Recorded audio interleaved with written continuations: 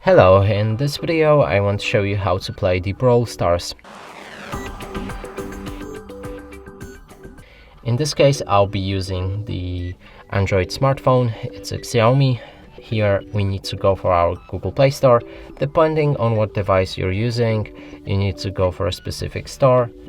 Look for the Brawl Stars in a search. Click on it and install it. When it's done, you should be able to play. Now when the game launches, it starts with a tutorial. Finish the tutorial.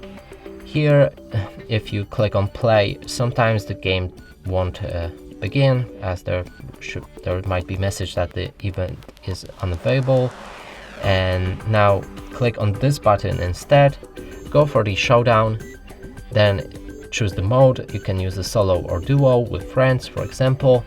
I'm gonna go with solo, then select play and the game should begin. And that's it for this video. Hope you like it. Please consider subscribing to our channel, leave a like and a comment below.